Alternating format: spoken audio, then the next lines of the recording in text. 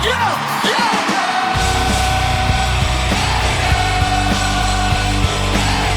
Yeah, we start to play. Steelers by the lake, with the word to say. James Strong, Cody Tanner, hosts on the mic. About to dive in deep, keep it live, that's right. Welcome to the Steelers by the Lake podcast. My name is James Strong, joined once again by Cody Tanner and special guest Dylan. Gentlemen, how are you doing today? Doing fantastic. Dylan?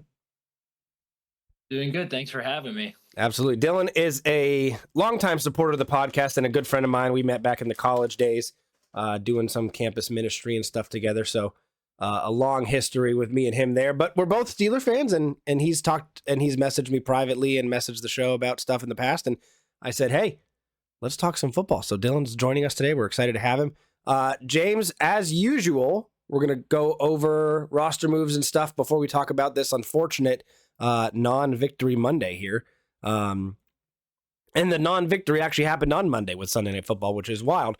But that's the way it is. Steelers did elevate running back Jonathan Ward and wide receiver Brandon Johnson from IR for game day.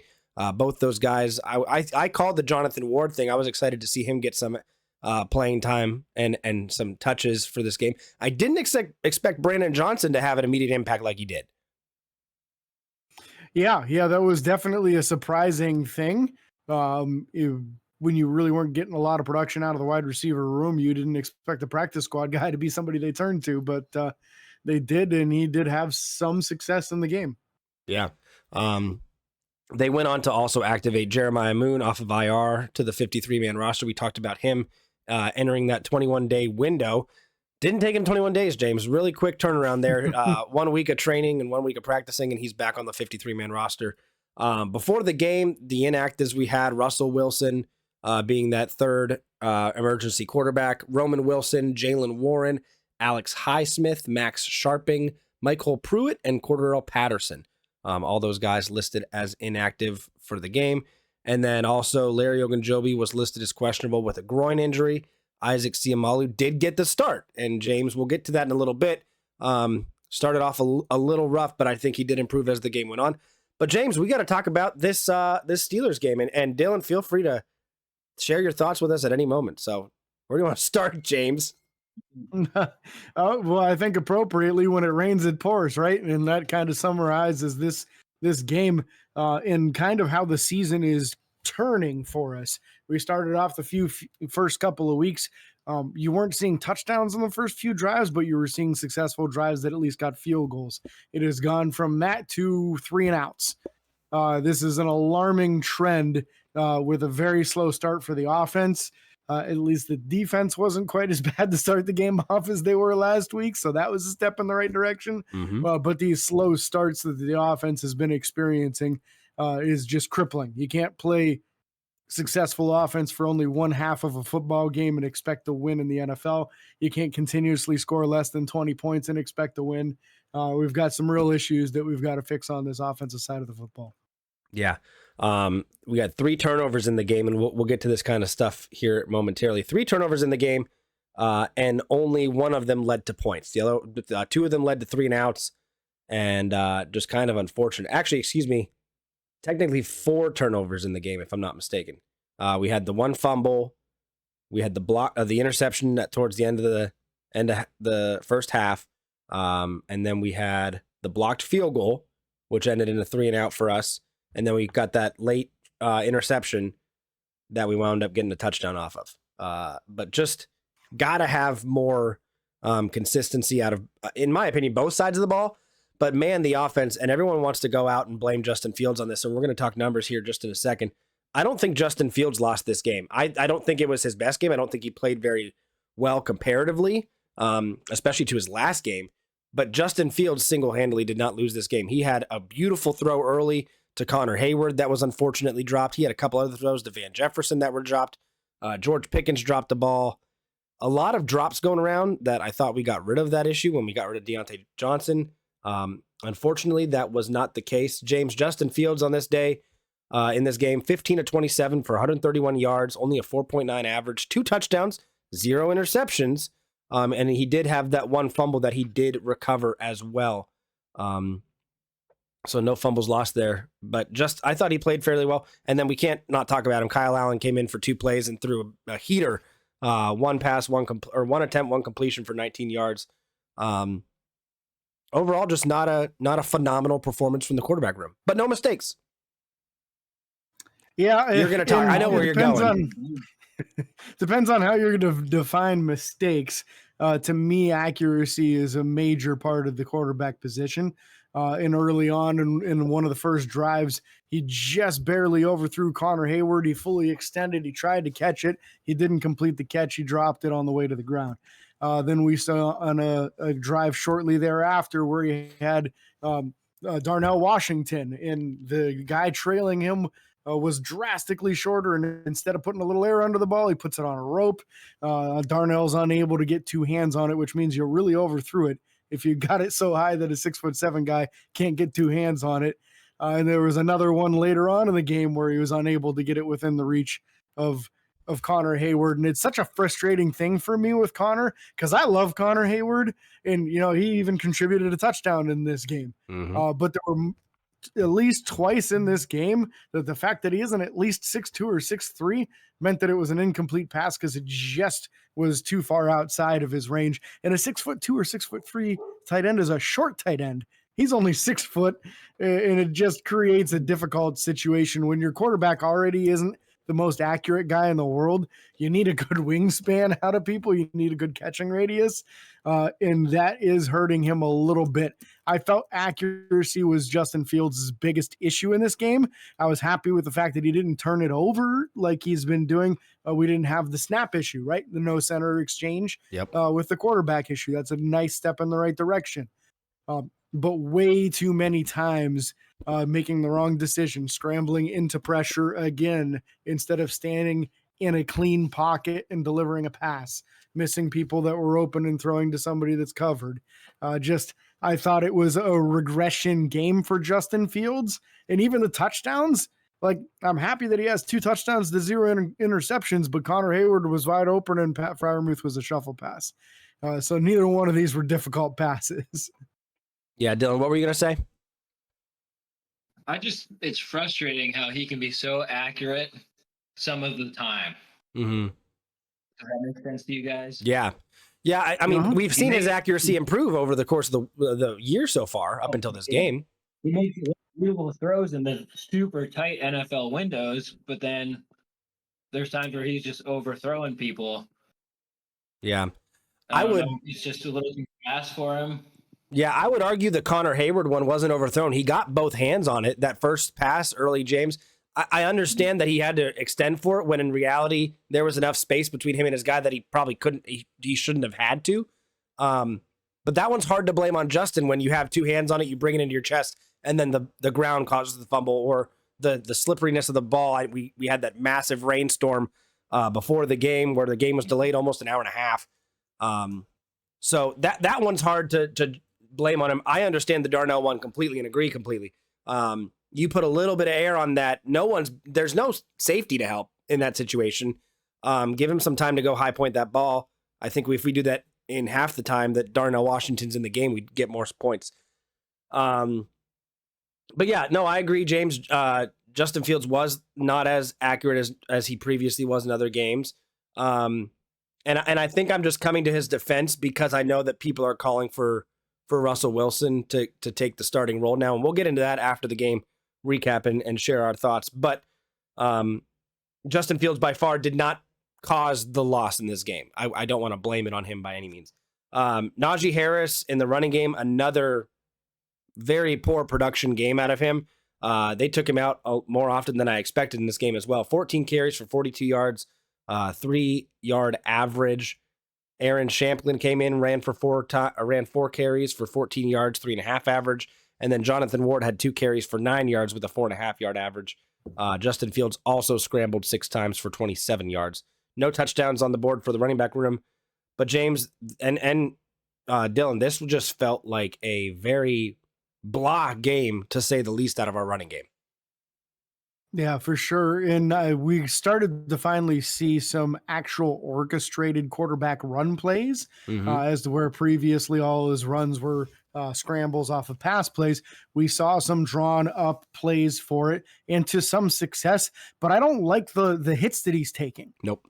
If you're going to do this, you need to draw it up so that he's getting one-on-ones with defensive backs, corners, and safeties. He's taking really hard hits from linebackers and defensive linemen. That's not going to be a good formula for getting him to last an entire season. If you want to continue doing this, you need to find a way to get him in more open space to the outside, rather than him lowering a shoulder versus a linebacker trying to get that one extra yard, which I appreciate his toughness.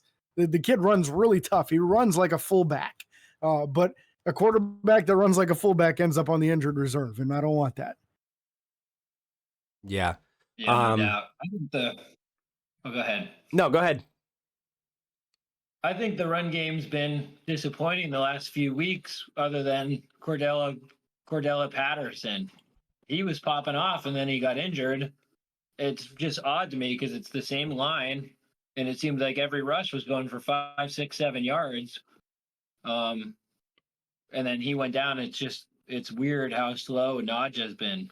Yeah, and James discussed that a little bit last week, how when Najee's in there, they bring more in the box. But you have to imagine, we're practicing this during the week, right? Like, we're bringing more guys in the box and showing these looks that we should be getting on game day.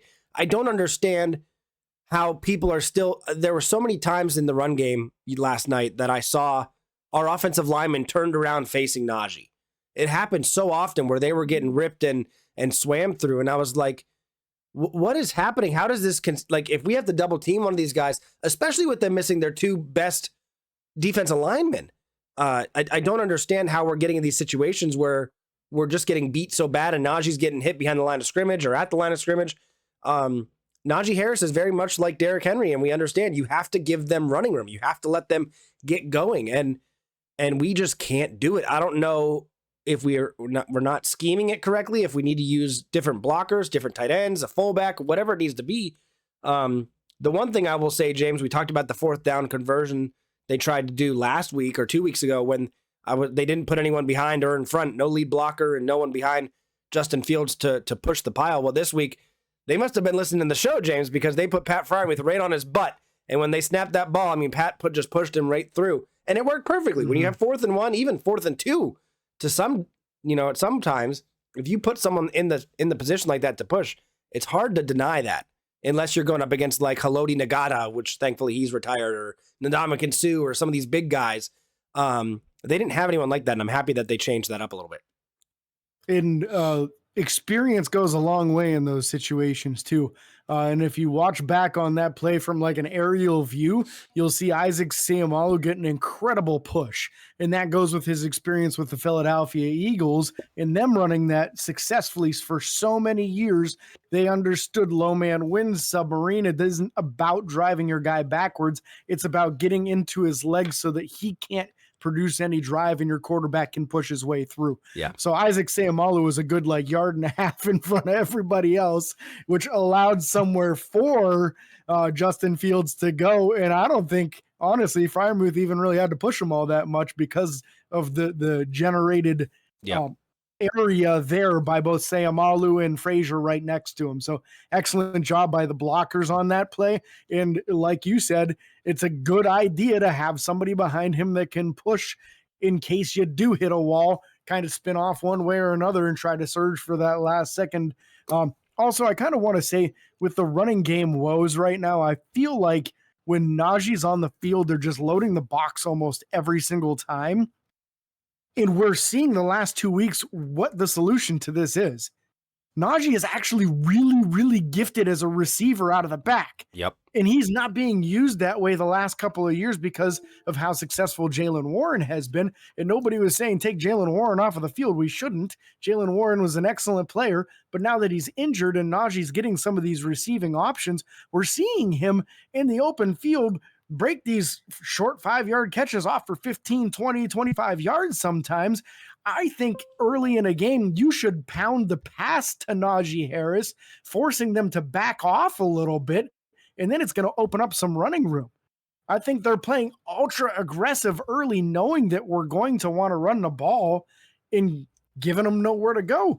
Well, screw it, man. Just go pass on every play for a little while. And particularly, throw it to Najee on a regular. Start hitting them on some of those quick in routes where he goes out and then immediately in. Those are almost impossible for linebackers to cover.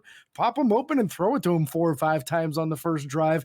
And I bet you they back off a little and stop putting a safety or two in the box on every play. I mean, you're talking about it right now. Let's go there. Najee led the team in receiving yards with 35 on 2 That's catches, horrible. 35 yards.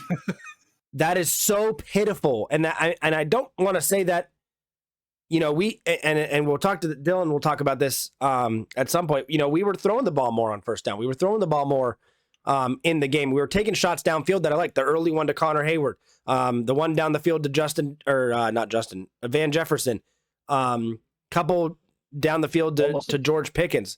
We had the line drive to Darnell Washington that was a little high. I'm excited to see us taking these shots, and we're not missing by much. And I want to make sure we don't. And James, you messaged this to me during the game. You kind of took a few shots and missed, and they pulled him back again. They reserved him again. They kind of changed the game plan a little bit and stopped taking shots. Even doing that is going to force teams to back off the run game a little bit when we can have those successful pass games. But when your running back has 2 receptions for 35 yards and is leading the team, nobody's going to back up on that.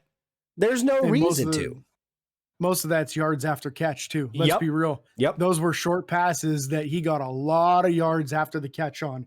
And that's embarrassing when 35 yards is the most receiving yards by any of your offensive players. Yep. And it's only off of 2 catches. I like throwing the ball down the field, but we got to be better selective on who we're throwing to when we do it. A 6-foot tight end, your number 2 wide receiver who wouldn't be the 3rd or 4th on a lot of squads. Why are we not throwing deep balls to George Pickens? All he got all game long was quick outs. And no wonder he was pissed by the end of the game and grabbing the opposing guy by the face mask.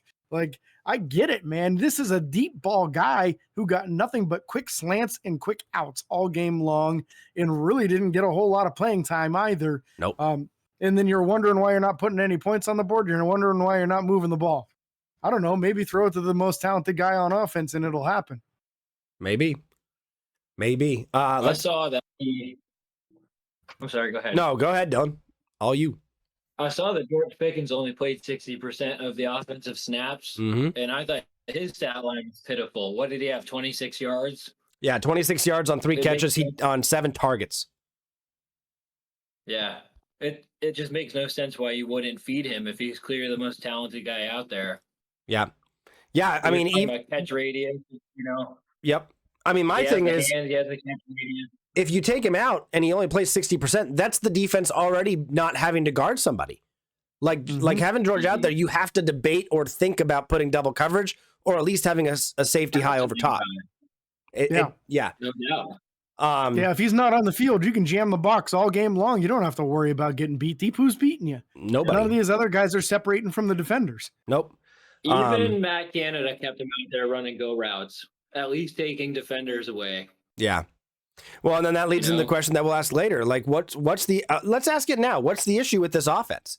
Is it play calling? Is it execution of the plays? Is it some kind of combination of both? Is it personnel? I mean, what do you guys think? I think part of the run game woes right now are the injuries on the offensive line 100%. and lack of execution in going away from, like, the first few weeks we saw a lot of successful deep passes. It seemed like at least once or twice a game George Pickens was catching a 30 or 40 yard pass. I haven't seen that at all lately. Nope. We're not getting the big plays passing the ball. And when you don't get any big plays passing the ball and everything is condensed 5-10 yards as far as the actual completions, because like you guys said, they took some shots. So like the deep shot to Van Jefferson, he underthrew by about 10 yards. And then the other ones, we're barely on the outstretched arms of Connor Hayward. Only one hand can get to it on Darnell Washington. It's just really not good looking plays. And part of it is definitely execution. And part of it is just, you got to take those shots. Sometimes it doesn't look like the the formula is there. It doesn't look like it's going to be a winning play, and you got to take the shot anyway, just to keep them honest. Because if you don't ever take it just because you don't think it's going to work, well, guess what? You just told them that they don't have to back up. Yep. Yeah, I don't. There's so many issues and frustrations that I have with this game. Last week I had an issue with the timeout not being called on the 4th down conversion that they were trying to go for and not come up with a play. And this week I had an issue with the timeout that was called at the end of the game on defense because the defense apparently didn't have a proper play call. Those are the kind of things, because that changed the last drive completely. The last drive we had 20 seconds on the clock and we were unable to use the middle of the field due to not having a timeout. If you have that one timeout, you can use the middle of the field, run and get some extra yards and get Boz into a really long field goal potentially option, or even set up a nice second down with a quick out. But with that timeout, that completely changed how we manage that. Now I understand why you had to take a timeout, because the defense wasn't set. They didn't know what they were doing necessarily. And Mike Tomlin was uncomfortable with it, but that's not an excuse for it to happen. The defense is an NFL defense. The Dallas Cowboys had already called a timeout, so the clock was stopped. And then we wasted our last and final timeout in that moment. That was frustrating to me. Again, I'm that's a little bit off the offensive side of it, but again, like we talked about in the pregame episode or the preview episode, this was the 5th different offensive line group put together in 5 games. So there's no chemistry in the offensive line. I think personnel is an issue. James, you and I have talked about that with the the 6th offensive lineman they bring in sometimes. Now this time when they did it, it was Spencer Anderson. That was a good thing. We wanted that. It's better. But I don't know what needs to change. I don't know if, and a lot of people are saying, and I'm even questioning it. I don't know for certain, but is Mike Tomlin handicapping what this offense will do with what he wants to do? Or is it, is Arthur Smith handicapping Justin Fields with what he wants him to do with certain things? I don't know where that disconnect comes from, or what's happening with the play calling, or not taking shots downfield, or not having George Pickens in. Because Mike Tomlin talked about it, and Mike Tomlin said he wanted to increase the quality of play from George, so he reduced the quantity of playing. But that doesn't make sense in my mind, especially when he's in there. You're not throwing it to him deep anyways. So I don't know. I definitely have questions. I definitely have concerns, but I don't think we're going to find those out until maybe next week or the week after. But let's finish up talking about these receivers real quick. Unless, Dylan, you have anything to say about that? The offensive woes? I was just going to agree with James about the line and all the different people playing on it. And I also agree with you. I think Tomlin is so conservative with not wanting to take risky shots down the field. Like that throw to Van Jefferson, that deep shot that was 10 yards short and almost picked off, I'm sure he was cringing. Mm-hmm. That is not what he wants them to be doing. So I think, in a sense, he almost handicaps them. Just my opinion. Yeah. And I don't know we'll know that. I'd push back on that a little bit and say if Justin throws a better ball, Tomlin doesn't cringe. Yeah, no doubt. So the execution of the play is exactly why he doesn't want it done again. If that is the case, if it is Mike Tomlin saying, hey, let's chill out on the deep balls, well, throw a better deep ball and he'll let you continue throwing it. Yeah, right. Jefferson's a big, tall dude, man. You get that out in front of him, and that's an easy play. Yeah, no, you're right. We talked about Najee, 2 receptions for 35. Van Jefferson and George Pickens both had 3 receptions for 26 yards this game. Van Jefferson targeted 5 times. George Pickens targeted 7. Connor Hayward, 2 for 23 with the 1 touchdown on 4 targets. Pat Freiermuth, 3 for 3 for 22 in the touchdown, that 1 shuffle pass. Brandon Johnson, the practice squad guy that was brought up, had 1 catch for 9 yards. Did a good job of fighting for extra yards too, I thought, on that play. Calvin Austin 1 for 6 and Darnell Washington 1 for 5. They have Zach Frazier listed here for some reason. We're not going to even talk about that. I'm assuming I don't know. Recover a fumble? Is that what that is? It had to have been. No, he didn't, because Justin Fields recovered his own fumble. I don't know what that is. That's interesting. Yeah, that's very weird.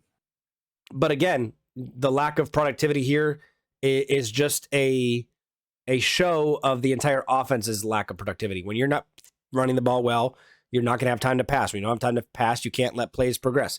Don't get me wrong. We don't want him to sit back there for 5 seconds every time he goes back. He needs to have a quick release He needs to feel the pressure. He needs to get the ball out of there. But you're also not utilizing your best players. I mean, George Pickens having 26 yards is just pitiful, in my opinion. Najee Harris leading the team. That would be fine for me if he caught 5 or 6 balls and was leading the team in receptions, but it's only 2 catches. So I don't know. James, you want to transition? There's some underusage here too with Calvin Austin the third. I know 100%. he's not the most gifted. He's not like the most gifted player in the world, but his speed is unparalleled. So let's start running a bunch of drag routes and slant routes with him. Make people try to stay with him. Put him in a track situation. Put him in a foot race with people all game long, and he's gonna pop open. So I don't know, just having him running a normal route tree all the time when you're struggling this much to get a productive offense seems kind of crazy. You might want to start taking some plays out of the Chiefs playbook and out of the Dolphins playbook of what they did with Tyreek Hill and Xavier Worthy and some of these other extremely fast dudes. Yeah. Where you put them in motion and then throw it to him quickly after the snap and a very quick change of direction. Stuff like this where you can utilize that ultra athleticism that this guy has. He's just being used in a regular manner. And that is reflected in a 1 catch for 6 yards, you know? Yep. Yeah. I mean, Calvin also ran a 4.32. He's not slow. But I don't feel like we're experiencing his actual speed in any way, shape, or form. And hoping to get him the ball more often moving forward. James, you want to transition over to the offensive line? We talked a little bit about stuff. Isaac Siamalu struggled at first, got ran over at one point. And James, yeah, he got blown over at one point. James, you made a good point. And people who maybe don't know much about sports medicine or pectoral tears or issues may not understand this. But James, go ahead and talk about why you think he was struggling early in the game. Yeah, so when you think about it, a pectoral injury, if you're not familiar with it, that's your chest muscle, right? So one of the 2 chest muscles, not sure which one it is, it doesn't really matter in this case. When you're recovering from an injury like that, that means you're not doing anything weightlifting-wise for your upper body at all. You can't. Because if you do, you're going to make it worse. You might tear it, and when you tear it, that means muscle coming off of the bone. Then you're talking surgery. You could be out for the entire season.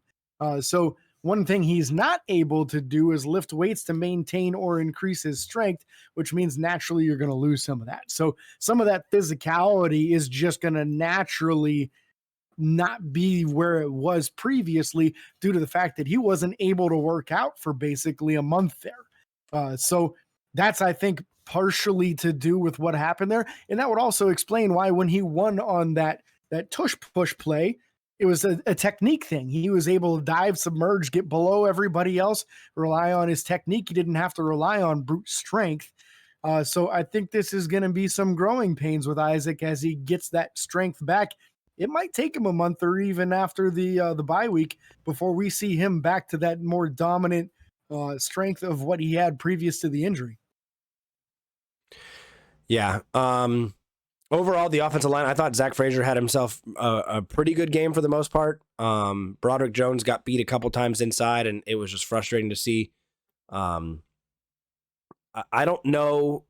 Again, this goes back to the question, and I almost want to go rewatch the game. I don't know if we're missing blocks on these running assignments, if we're not holding the gaps open enough, or if they're just not big enough for Najee to fit through. I don't know what the issues are, but I would like to see us improve the running game because that's going to be the best way to help, whether it's Russell or Justin. Either way, getting this running game going is going to help the passing game immensely. Mm-hmm. And I think a little bit of consistency with having the same 5 guys is going to help a lot. Yeah. Because they're just getting comfortable with each other. I mean, Mason McCormick's getting his feet wet as an NFL offensive lineman.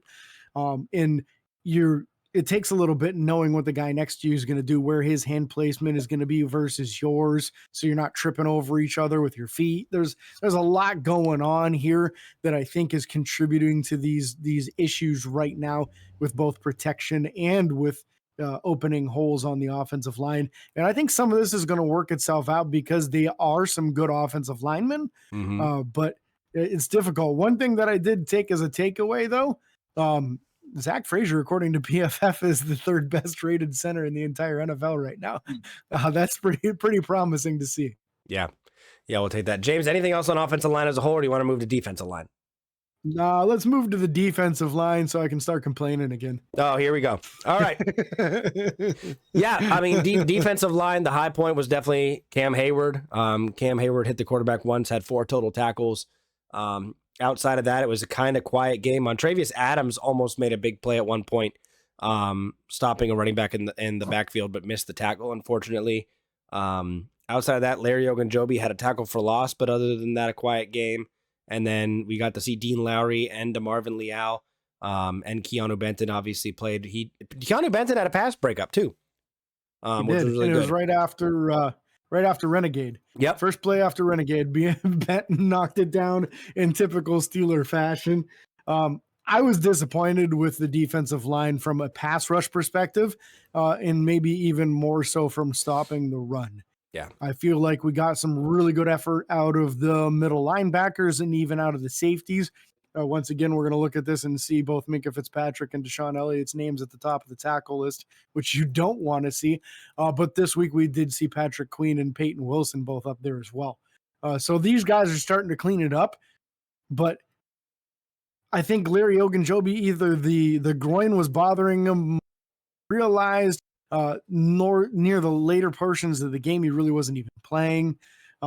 And when the two best plays that we can talk about in this game is a tipped pass, a tackle for loss, and a blocked field goal from our defensive line unit, we didn't get the production that we needed out of these guys. And way too many times they just ran right down the field on us, and the defensive linemen were just not helping a lot in slowing it down. Some of this is, again, going to be schematic. They're in a 3 wide receiver set, and they're running because we're in nickel, and they know we only have 2 defensive linemen out there. Yep. So maybe we need to adjust our nickel defense and only have 1 middle linebacker out there and 3 defensive linemen. Yep. Or maybe you pull one of the edge rushers and slide Cam Hayward out, or you slide Larry Ogunjobi out and still keep 2 middle linebackers, but have 3 defensive linemen and TJ Watt. You got to do something different. You can't continue with your nickel defense with just 2 defensive linemen. All these teams are just running the snot out of the ball whenever we get our nickel out there. And so what? Deshaun Elliott's just supposed to get 15 tackles instead of 12? That's the solution? Minkah's supposed to get 13 instead of only 11? Like, come on. The safeties can't be relied on being the primary run stoppers. That's how you lose games. Yeah. Really, really hope to see more. Again, we did like seeing that blocked field goal out of Isaiah Loudermilk. He got his hand up there. That was really fun to see. And that was a momentum shift. But unfortunately, again, no points off that blocked field goal. It was the 3 and out. We gave the ball right back. With that being said, we can move. I'll give Loudermilk credit as well on the goal line attempted stand where Landon Roberts made that awesome hit and forced the fumble. Loudermilk got a lot of penetration on that play. Okay. So he is getting a lot more playing time. He is starting to make some impact in games. We're just still not seeing it as far as rushing the passer. And he still just kind of looks like a dude out there. I want to see a little bit more from him by now. He's been in the league like 4 years. So it's time to start making some splash and make your impact. Yeah. Moving to the middle linebacker room. Obviously, we already talked a little bit about Patrick Queen and Peyton Wilson getting tackles. They both had 9 tackles on the game. They were very, very heavily involved with the game. And Landon Roberts looked slow, but he did have some good run stops while he was there. He made some good plays.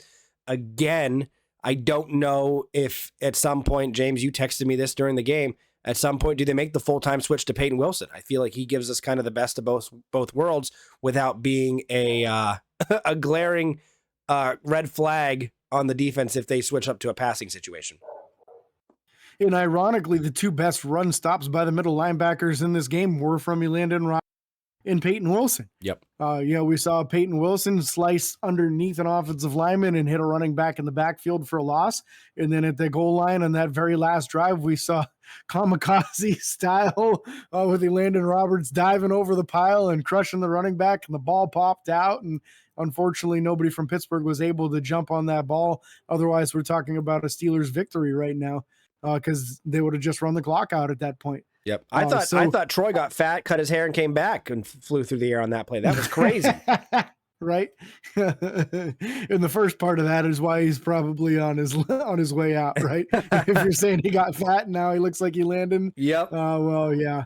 Just I think that the game is so fast. It's tough for Landon Roberts to make a big impact. I think he's going to be important when you play against Baltimore, because you need somebody that can just go in there and put their nose down and smash into Derrick Henry as hard as they possibly can. I think that's going to be a good game for him. But a lot of these other games, he's just overmatched, especially when it's move tight ends like this team had, a couple of quicker tight ends that are able to get out there and running backs with a little speed too. It's just not a good game for him. You got to go with a different direction. But I liked the improvement from Peyton Wilson, right? We need to see what the future is in this middle linebacker room. I thought it was a better game for Patrick Queen, a lot more involved, a lot of tackles. Yep. Still looking for some splash plays from Patrick, though, right? We're not getting the interceptions, the tip passes, the forced fumbles. We need some of that from him. Yeah, 100%. Dylan, anything to add to the middle linebacker room? He pretty much covered it. I thought Peyton Wilson looked a lot better in the run. And I also feel that big money guy, Patrick Queen, it'd be nice to see him provide some splash. Yeah. Even just strip a ball away. I mean, he's getting a lot of tackles. Yeah. I feel like that's what we brought him in there for. And I feel like he hasn't. Oh, no. Not that he hasn't shown his worth yet, but I feel like we just expected more out of him at this point, especially with the defense that is already in place. It feels like it's almost easier for him to make plays because there's so many other people making plays that he could kind of just fall in line or to have an easy shot with TJ getting double teamed or chipped or whatever. There's so many other areas for him to attack. But speaking of TJ, let's move to the outside linebacker room. TJ Watt had 1.5 sacks on the game. Did hit his 100 career sacks. He's now at 101 on the career. And forced fumble, hit the quarterback 3 times, 8 total tackles in the game. Unfortunately, could not take over in the end and get to the quarterback and get the sack in that last drive. But man, he got close a couple times. And I think TJ and Nick Herbig both had a phenomenal game. They met at the quarterback twice. I'm surprised Nick Herbig only got a half sack. I thought they were both going to get 2 halves. So I'm impressed with that. Yeah, it must be that he got there just before him on that second one. Because I think the first one they registered as a half sack for both. So I think it was the second one where TJ got the full sack on that. But yeah, it was looking like we were going to see a whole game of meet you at the quarterback. And then unfortunately, Nick Herbig injures a hamstring in this game. It doesn't look good. We'll learn more tomorrow with Mike Tomlin's press conference. Usually he gives you a little better idea on what the severity of some of these injuries might be.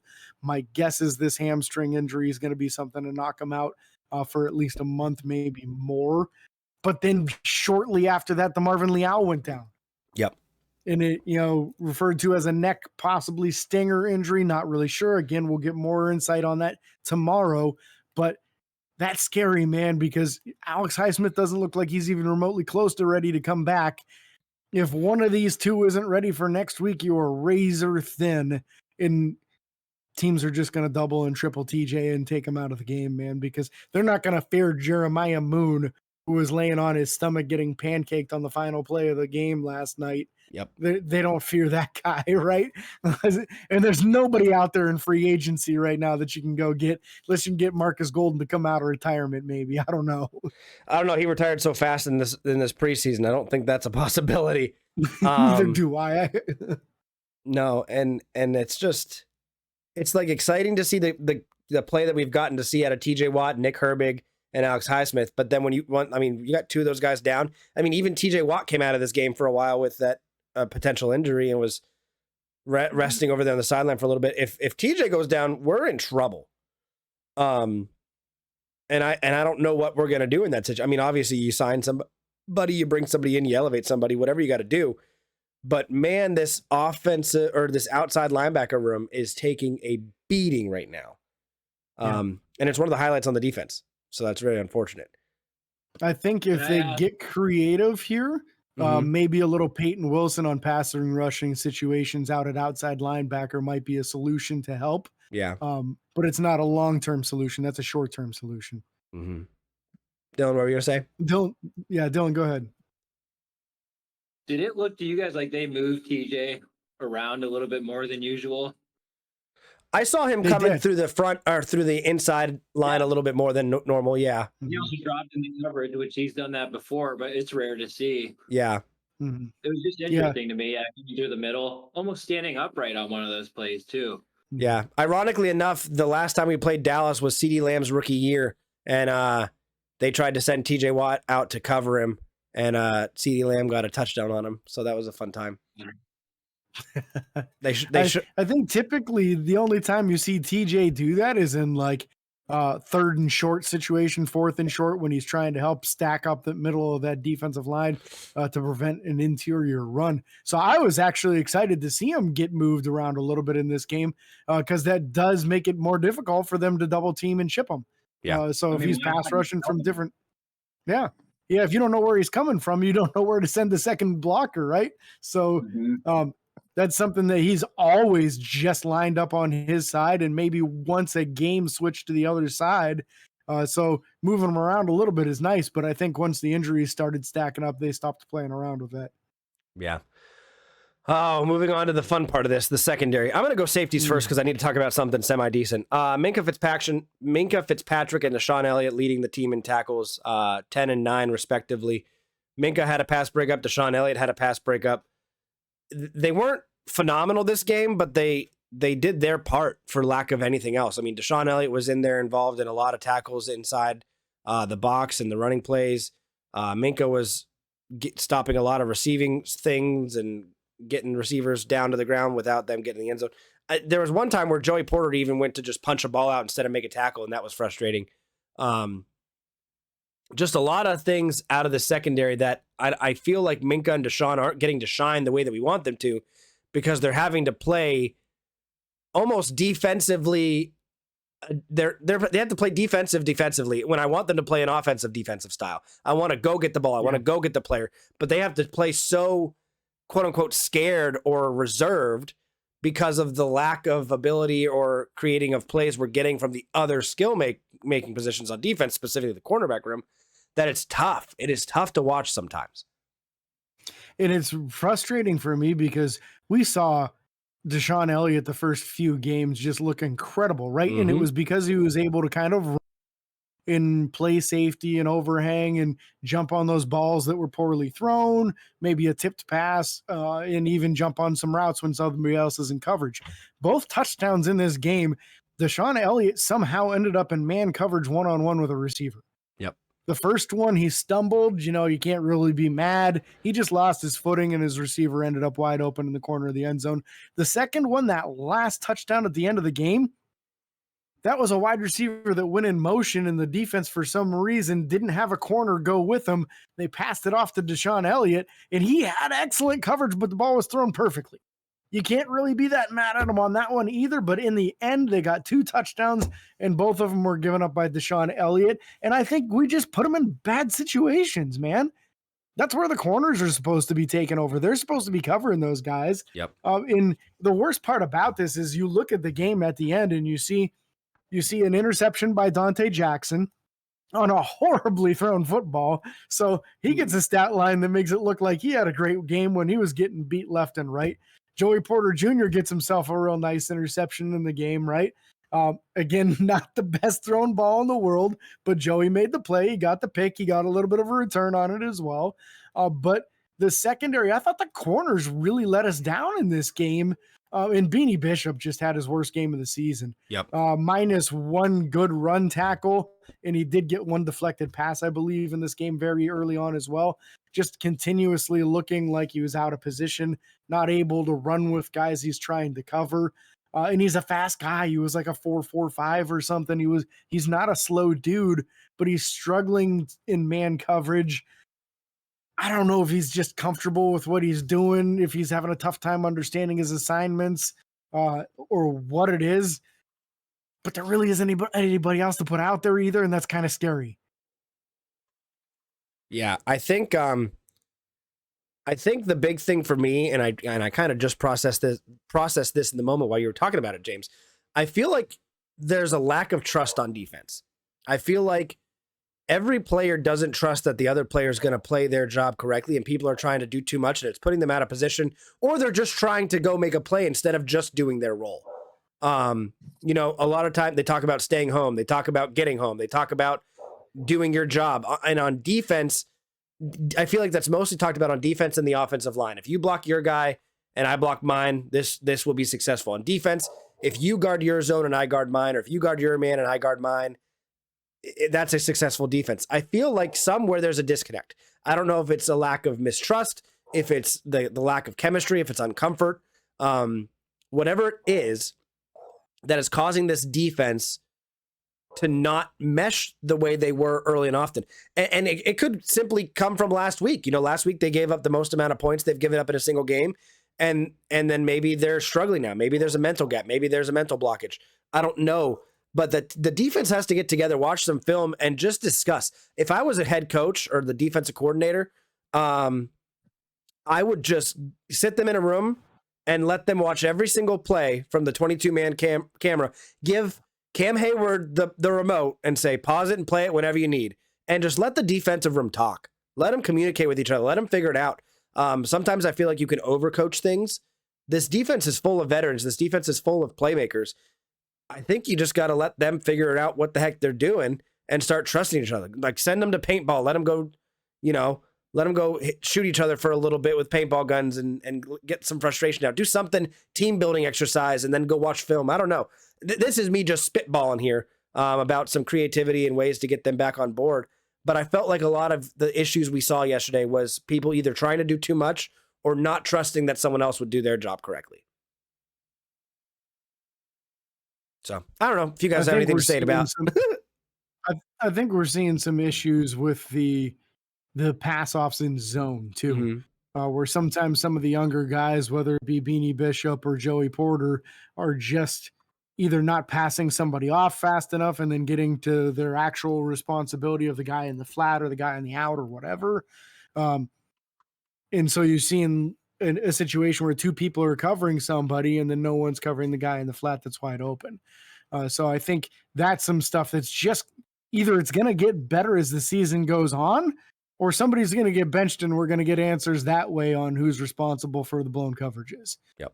But I think when you look at the secondary, I mean, you've got an undrafted rookie nickel corner in Beanie Bishop, and you've got a second-year corner in Joey Porter Jr., who's a second-round pick, who seems to be a really high-quality corner. I think a lot of our mistakes are coming right now from those guys just getting comfortable with the defense, and a lot more from Beanie Bishop than Joey Porter, in my opinion.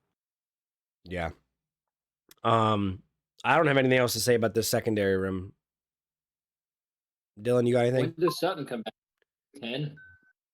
It'll be week 10, right? Week.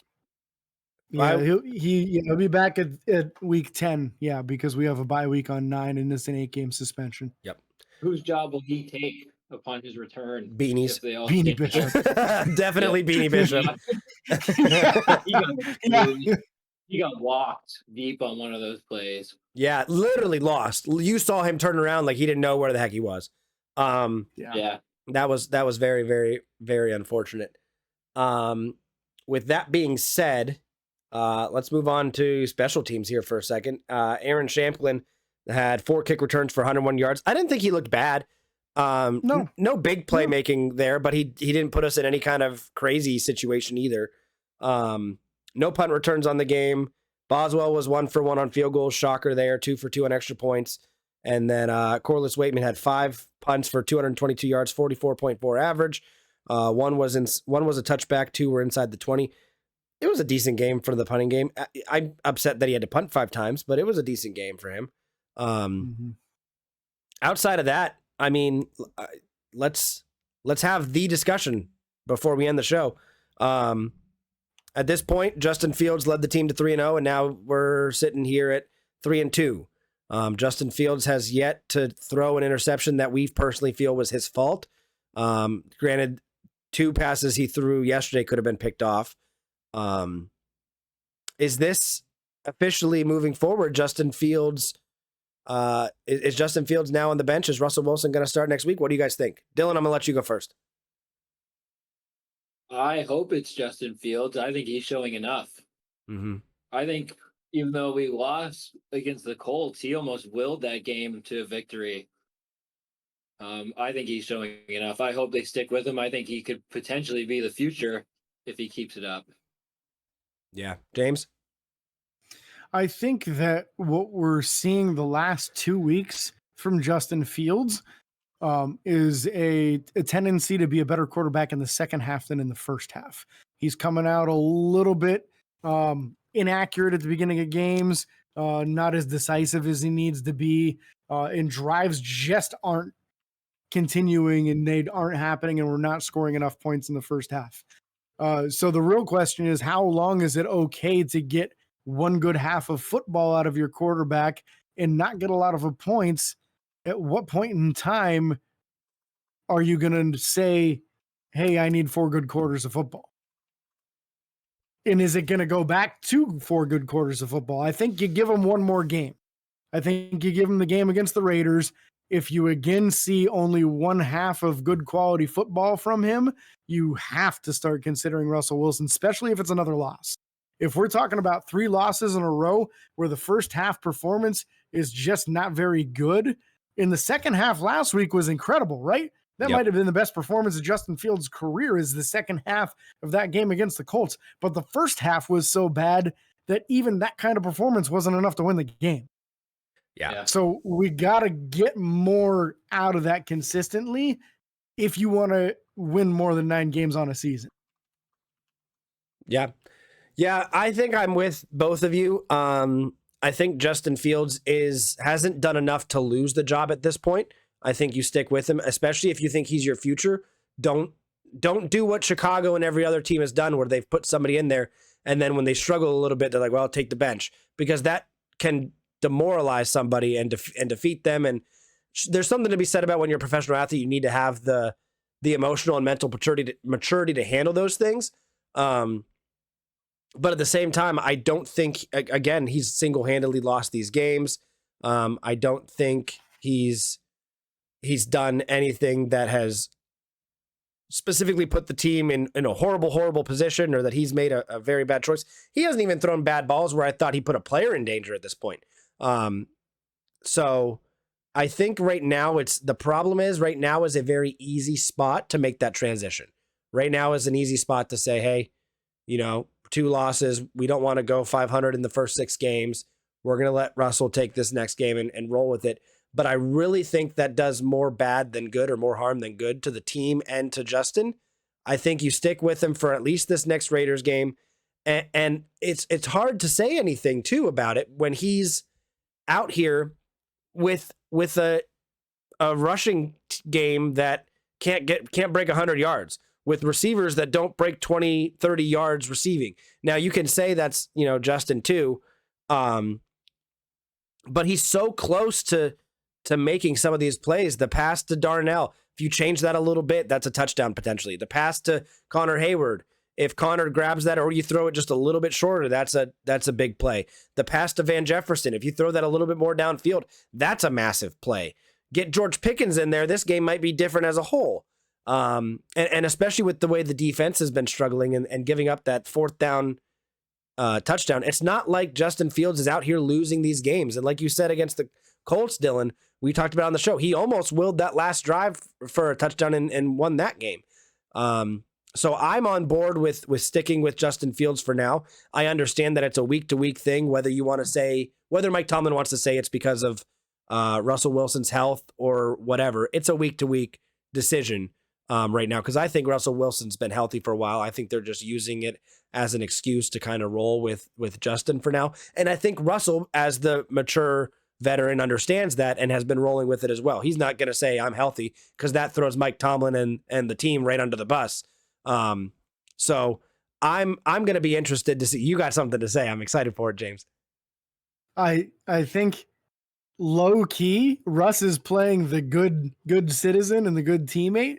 But this week, he put out a recording on Instagram of himself full sprinting on a treadmill. So I think he's getting tired of sitting on the bench. Okay. Yeah. I stand corrected a little bit. I think he's trying to put a little pressure on them, because he's said all the right things. He really has. He's not complaining. He's saying, "Yep, if it's my time, it's my time." He's doing everything right. But I think that low key was him saying, "Hey, team's starting to struggle. When you need me, I'm ready." Yeah. And my question to you, Cody, is if Pittsburgh loses again this week, Justin Fields start, Pittsburgh loses, Justin plays the whole game. Do you start him versus the Jets? Is 3 losses in a row enough for you to go to Russell, or do you need It a fourth depends on one? where those losses are coming from. If we got less than 20 points again and less than 150 passing yards again. What does the rushing game looks like? If the rushing 95 yards rushing. It's tough to say. It depends on the passes, the completions. Like what if he's at 52% completion again like he was this game? I think 2 games in a row like that, you have to kind of make the decision to move on from him to at least give Russell a chance. Now again, that's very situational. I mean, 50%, you could have some balls knocked down at the line of scrimmage. You could have some drops by wide receivers. There's always something else that could be a reason for it. But I think if we have another game where we lose, the offense doesn't put up doesn't put up over 20 points, it's tough to keep going with it. But it's also tough when the defense is struggling the way that it is with the injuries and things. So ask me after next week, James. We'll talk about it again. And the reason I ask is because a lot of like what we're looking at Pittsburgh struggles right now, I can draw a ton of parallels to what Cleveland's going through. Cleveland has not put up 20 points on the board yet this season. And what we're looking for Pittsburgh right now, 18 points in a win, 13 points in a win, 20 points in a win, 24 points in a loss, and 17 points in a loss. This offense isn't much better than Cleveland's offense right now. Can I say something? Yep. Yes, please. Pittsburgh is paying, though, compared to what Cleveland is paying. That's fair. That's the real difference, at least. You know what I mean?